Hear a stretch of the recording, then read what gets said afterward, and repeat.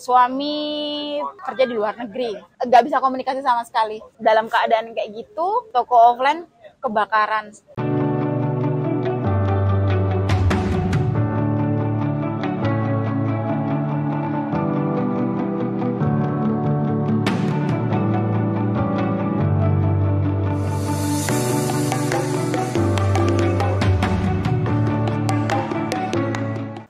Halo Botakers, kembali lagi bersama saya Om Botak di channel Cerita Om Botak. Saat ini kita masih edisi Road to Jawa Tengah, di mana kita akan gerebek seller-seller di kota-kota Jawa Tengah. Kemarin kita udah sempat ke Beringin, udah di Jogja, dan hari ini kita ada di kota Wates ya. Di Wates ini ada seller yang jual perlengkapan bayi dengan brand Omah Bayi, Badrika, pemiliknya. Kita akan gerebek, kita akan tanya-tanya kisah hidupnya. Tapi buat teman-teman, kita tuh kemarin baru ya ada acara nobar membership di Jogja. Nah, kemarin Om Burhan, ada Om Sugeng, dan saya juga, kita banyak sharing kenapa trafficnya sekarang tahun 2022 ini seperti apa. Ini daging banget. Jadi teman-teman wajib untuk ikut join member, klik di sini untuk member intermediate, udah bisa dapetin semua video-video rekaman daripada acara membership kemarin. Yuk, kita gerebek langsung. Misi. Badrika, boleh tanya untuk brand Omah Bayi ini sendiri, kenapa namanya Omah Bayi dan kenapa pilih barang-barang bayi? Dulu saya nggak ada ilmu apapun mengenai jualan dan mengenai produk. Jadi apa yang ada di depan mata itu yang saya ambil. Kebetulan pas dapet koneksi pabrik baju anak, ya udah saya ambil itu aja. Saya beneran nggak ada pertimbangan lain. Kenapa namanya Omah Bayi? Karena nama itu yang paling cepat buat penetrasi ke telinga audiens yang di deket toko offline saya itu, Om. Jadi di sini kan kota satelit lebih jauh banget dari kota besar. Nanti kalau namanya nama Inggris susah buat masuk gitu. Omah itu artinya rumah? Rumah. Bukan omah-omah ya? Bukan. Omah-omah tuh berumah tangga. Oh. Omah Bayi ya rumah untuk bayi. Rumah untuk rumah bayi ya. Okay. Berarti waktu memilih produk bayinya itu cuma karena ada koneksi? Iya. Bukan karena lagi malam tidur, habis itu tiba-tiba bangun, jual barang bayi yang paling cuan ya. Pokoknya harus barang baby besok. Nggak kayak gitu ya? Enggak. Kena dapet kenalannya yang pabrik bayi ini pun juga bukan langsung kenalan tangan pertama itu, enggak ya Om. Kenalan itu aja tangan ketiga atau ke tangan keempat gitu. Saya nggak tahu sebenarnya. Kenapa bisa sampai ke orang itu? Karena waktu itu saya hamil punya anak kecil. Bayi. Jadi ya sudah. Saya belinya harusnya cuma kalau persiapan kelahiran cukup satu lusin aja sebenarnya cukup. Jadi saya belinya lebihin aja. Dan pilihnya produk pun yang saya suka. Kalau saya suka, kali aja orang lain juga suka. Belum ngerti itu apa riset, belum ngerti apa itu produk-produk yang ada kan beberapa details yang kita harus cek dulu sebelum pilih produk. Saya nggak ada. Oke, jadi buat Botakers sebenarnya yang masih kebingungan untuk penjualan apa, coba dilihat dari barang-barang yang dibelinya online sekarang ya, atau dibeli offline. Kalau misalnya ternyata mau cari barang di online susah, berarti peluang. Ya, karena kita aja cari susah apalagi orang lain. Terus kalau misalnya memang udah suka, cocok, coba belinya lebihan, beli grosir. Iya, sisanya dijual. Mudah-mudahan laku. Kadang saya tuh suka bingung Om, kalau ada temen yang baru mau mulai usaha, kemudian dia menerapkan standar yang tinggi. Pokoknya kalau enggak tangan pertama saya nggak mau. Terus saya bilang, sekarang kan di shopping apa ya? Di Shopee, di Tokopedia udah banyak banget tangan pertama yang jualan di situ. Kenapa nggak mulai di situ aja? Nggak mau, pokoknya saya harus tangan pertama. Sampai detik ini ya Om, saya kulakan itu masih di Shopee sama Tokopedia. Jadi kalau teman-teman mau nunggu dapat tangan pertama, nanti Lazada keburu berubah jadi Shopee. Jangan jadi belanjanya di Tokopedia sama Shopee. Buat jualan di Lazada. Di Lazada. Jualan, bahkan buat jual di offline juga sama. Jadi kalau teman-teman ya di kotanya itu masih melihat banyak kesempatan yang di online masih ada, mungkin kita mindsetnya harus dibalik ya. Yang penting udah tahu teknik jualannya, tahu teknik riset produknya, sebenarnya mau jualan apapun bisa. Jual teman bisa. Bisa nggak? Kalau ada yang marketnya Nah, dari sini karena udah tahu nih kenapa pilih namanya, kenapa pilih barangnya ya. Cuma ya yang ada aja di sekitar kita ya. Sebenarnya kalau melihat perkembangannya, kenapa pilih Lazada atau kenapa pilih Shopee, dan sebenarnya dari perkembangannya tuh mau ke arah mana gitu?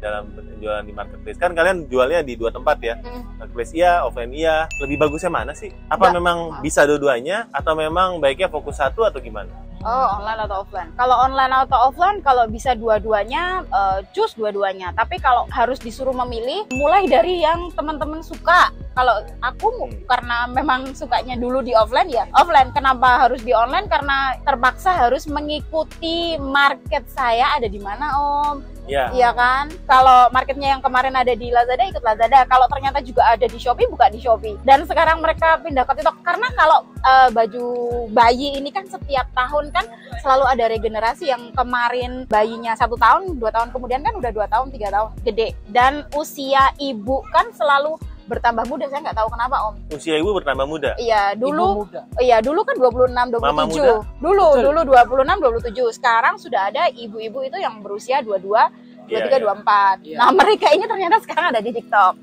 Jangan lupa ke TikTok juga gitu. Tapi kalau dalam gambaran besar, Omah Bayi sama Kidosaurus itu mau dibawa kemana?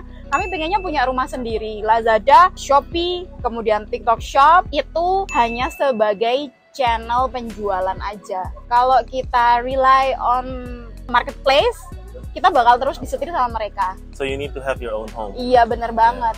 Nah, kalau dari 4 marketplace itu, Shopee, Lazada, Topet, sama TikTok ya. Cuma suruh pilih satu buat jualan, pilih mana? Lazada. Kenapa? Kenapa Lazada? Karena saya dibesarkan Lazada, Om. Bukan ibumu? Iya, ibu saya juga. Ibu saya Lazada. Oh.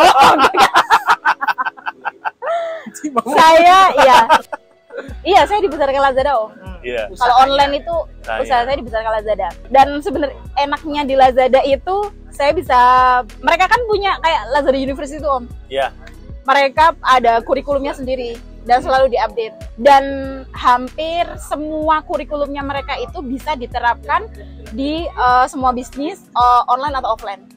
Intinya tuh sebenarnya gitu. Jadi banyak belajar tentang bisnis malah dari Lazada. Iya, benar banget. Bukan dari kuliah. Saya nggak kuliah, Om. Saya lulusan SMA. Jadi lulusan SMA aja itu nggak menghalangi untuk teman-teman buat maju ya. Yang penting mau belajar ya, bisa buka bisnis, bisa kasih kerjaan ke orang, bisa jadi trainer juga bahkan untuk seller lain di Lazada. Iya, benar banget. Yang mungkin lulusannya lebih tinggi. Iya, benar banget. Kalau misalkan ada seller dibuka kesempatan buat meeting sama regional Lazada, biasanya selalu dipilih yang bahasa Inggrisnya oke. Saya selalu dikasih kesempatan buat ikut itu. Gitu. Jadi ini sebenarnya keuntungan benefit pernah kerja di luar negeri. Iya, benar banget. Walaupun sebagai ya TKW lah istilahnya kalau sini ya. Boleh nggak diceritain momen titik balik atau momen yang paling down itu seperti apa dalam bisnis? Dulu di tahun ketiga saya buka toko Omah Bayi yang toko offline itu, Om. Suami kerja di luar negeri. Saya tidak bisa sesuka hati saya menghubungi dia. Kalaupun saya bisa kirim WA, dulu belum ada WA. Saya kirim message ke dia, itu belum tentu dia dapat sinyal juga. Karena di laut ya? Karena di laut, ya. Jadi itu hampir sama sekali nggak bisa komunikasi sama sekali. Dalam keadaan kayak gitu, toko offline kebakaran. Itu rasanya gimana ya? Nggak bisa digambarin. Punya titik terendah. Gendong anak sambil lihat toko offline kebakaran. Jadi pas waktu lagi apinya masih menyala itu ada disaksikan? Iya, jadi itu ada telepon pagi banget, itu jam 4:30 dari nomor yang saya nggak tahu. Saya angkat aja, itu saya dikasih tahu bahwa Mbak, tokonya kebakaran. Saya ngeblank aja, Om. Nggak tahu saya mesti ngapain. Mau ngubungin siapa? Mau minta tolong sama siapa? Waktu itu tokonya tuh udah jualan, udah lumayan gitu ya? Udah lumayan itu. Sudah itu. Dan itu barang udah lumayan banyak di dalam. Walaupun tokonya itu kan waktu itu toko pertama itu di pasar. Iya. Omah Bayi itu waktu itu posisinya itu di pasar. Dan barang-barang yang sudah jadi bukan cuma kayak cuma berapa helai, berapa piece. Jadi dia sudah punya banyak stok barang itu di toko itu udah ribuan. Iya. Ribuan lah. Ribuan ya? Iya. Itu sepatu bayi waktu itu ya? Enggak, sudah baju, Sudah ada perlengkapan bayi, perlengkapan ibu melahirkan. Udah cukup oke lah itu tokonya. Dari situ bener-bener down banget. Abis itu ada Lazada datang, kayaknya ada secerita harapan. Jualan kayaknya nggak terus-terusan harus di offline, kayaknya masih bisa nih di online. Dari situ juga ada muncul keinginan, kayaknya enak ya kalau berumah tangga itu tiap hari bisa ketemu suami gitu loh. Saya kan dibesarkan sama Simba, jadi saya tahu jadi anak rasanya dibesarkan tanpa orang tua itu seperti apa. Saya cuma nggak mau ngulangin itu buat anak saya gitu loh. Jangan sampai anak saya nggak perlu lah punya pengalaman yang kayak saya tuh nggak perlu. Jadi dari situ saya pengen banget mereka ini punya keluarga yang utuh, yang ayah yang setiap hari bisa mereka mintain gendong, yang setiap hari bisa mereka mintain tolong untuk antar ke sekolah. Saya juga kayaknya seneng ya kalau punya suami setiap hari gitu bisa diajak guyon gitu, kayaknya seneng gitu loh Om. Situ pas join di Lazada itu ya itu keinginan saya cuma gimana caranya omset yang di Lazada itu bisa menggantikan pendapatan suami saya.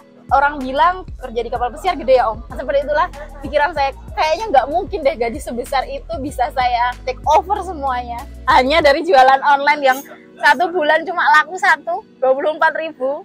24.000 itu omsetnya. Marginnya kan cuma 1.500 Om. Harus gantiin gaji orang yang kerja di luar negeri US dollar loh, nggak bisa. Tapi waktu dia balik, waktu Mas Rizwan balik itu udah sebenarnya udah lumayan tokonya. Udah lumayan, udah bisa take over gajinya dia. Tapi makanya itu titik ininya nih, waktu udah targetnya supaya ketemu minimal sama, pulang habis itu. Iya. Rizwan pulang gitu. Iya. Pulang langsung. Sebenarnya Oma kan waktu itu dari tahun sebelumnya berapa? 2 tahun sebelumnya tuh yang omah bayinya dia itu sudah oke. Tapi aku nggak mau langsung resign dari kerjaanku, karena di pekerjaanku itu kalau misalkan aku mencapai 10 tahun lebih, aku dapat biaya dari kayak pensiun. Yeah. Jadi waktu itu sudah dari 3 tahun sebelumnya itu dia sudah oke. Dia bilang udah berarti, aku bilang nanti dulu. Jadi nunggu pensiun. Nunggu pensiunku dulu. Jadi sekarang udah pensiun. Udah pensiun. Oh, udah pensiun. Udah, jadi kan jadi kayak aku kerja sia-sia gitu loh di sana, nggak dapat pensiunan. Setidaknya aku dapat pensiunan dulu dong. Akhirnya sudah omah bayinya sudah oke, dia yang Lazadanya juga dia udah oke, sudah dia bilang udah pulang aja.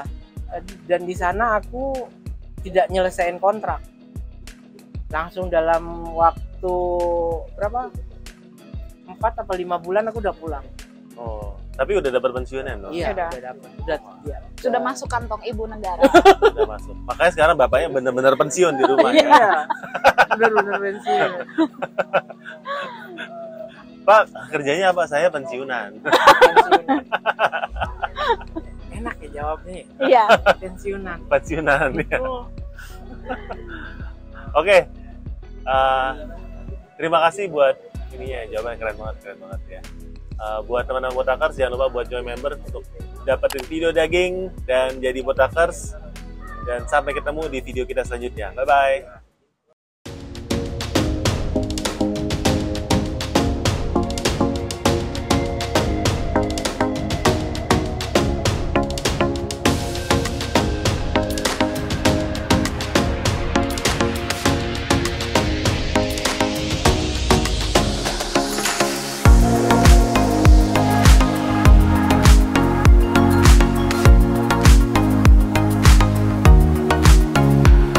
Marketplace Expert Class, sukses, sukses, sukses.